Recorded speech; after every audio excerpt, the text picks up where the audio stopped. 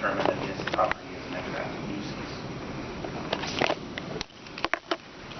What we found at this property is that after the board up, there has been heavy transient activity at the property, which has forced us to resecure the property repeatedly. This is why we get a lot of calls from neighbors concerned about unauthorized folks on the properties, dealings at night, and that's kind of the criminal aspect that can enter into these abandoned properties.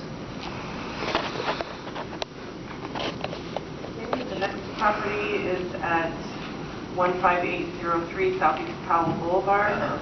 It also has 8 liens and has delinquency dates ranging from December of 2009 through June of 2014. Total amount owed on the liens is $96,000. U.S. National Bank foreclosed on the property on February 1st of this year, but the property title has not been conveyed and may have been sold to another servicing company. The owner on record with Multnomah County is Trevor Brown.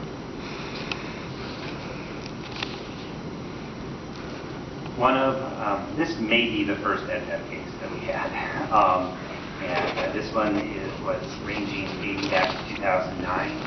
We had an occupied structure without basic utilities, 34 violations cited, many fire, life safety, health, sanitation concerns. The property did not have working or active water service, which was, I can tell you firsthand, was producing health, sanitation concerns at the property, which was concerning to the adjacent neighbors.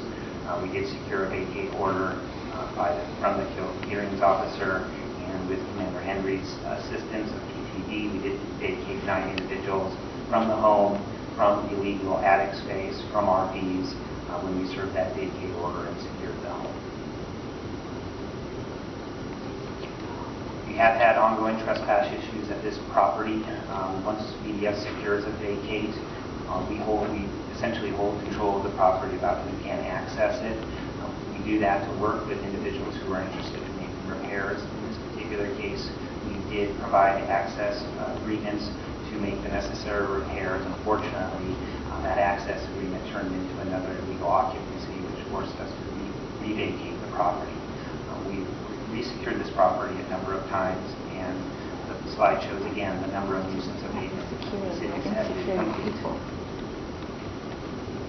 Resecuring is insecuring the people. Keep those, please, don't interrupt. Go ahead. The next property on the list is 8515 through 8517 North 4th and 5th Avenue. It has 12 liens.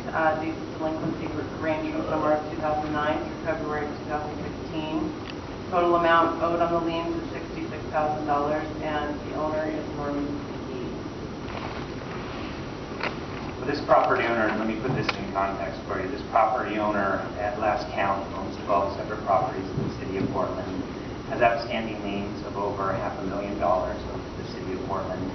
We've received 127 complaints. That's a very large number of complaints for one property ownership.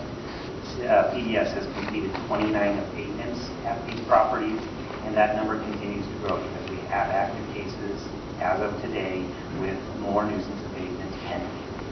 So at this property on North Portsmouth Avenue, we essentially have had 18 complaint cases at the property since 1992. We do have an active violation case today. Violations range from exterior structural violations to exterior yard violations, overgrown grass, obstructions of the sidewalk, public right-of-way, illegal dumping or trash and debris on the property. This property had a fire at one point, and so there was damage to the structure that still is uncorrected.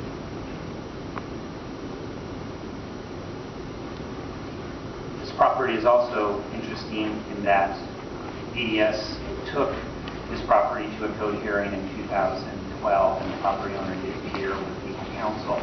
Through that proceeding, we were able to enter into a stipulated agreement with the property owner for correction of all the violations and future maintenance of the property, with agreed penalties if the property went back into violation. Unfortunately, not soon after that stipulated agreement was signed, the property did go back into violation. So the terms of the agreement that the property owner agreed to were not met, and BDS has been completing nuisance abatement of the property ever since then. The final Property on the list is 9120 North Tioga Avenue. It currently has one lien. Dates of delinquency on this lien was January 2014, and the total amount owed is $11,000. And the owner, again, is Norman E. on this property. For this property, we've received 10 complaint cases since 1994. We have 2 active cases. One is for property maintenance regarding the conditions of the structure, and the other is a nuisance case for conditions of the exterior yard area. Again, more of the same with unkept yards, obstructions to the right-of-way. The current citations are more significant in that we have determined that there is a hole in the roof, which is the deterioration of the structure. It has essentially been abandoned at this point.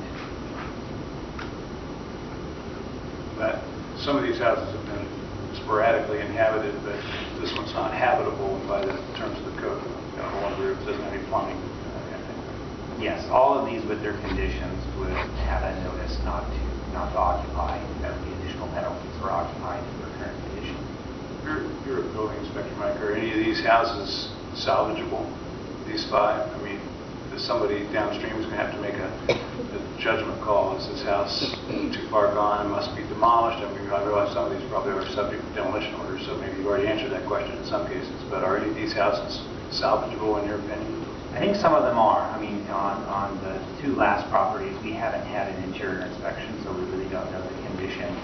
We vet those properties for rehab or demolition at the time of the code hearing, and we try to make that determination at that point because we want to secure that demolition order at that time with efficient resources.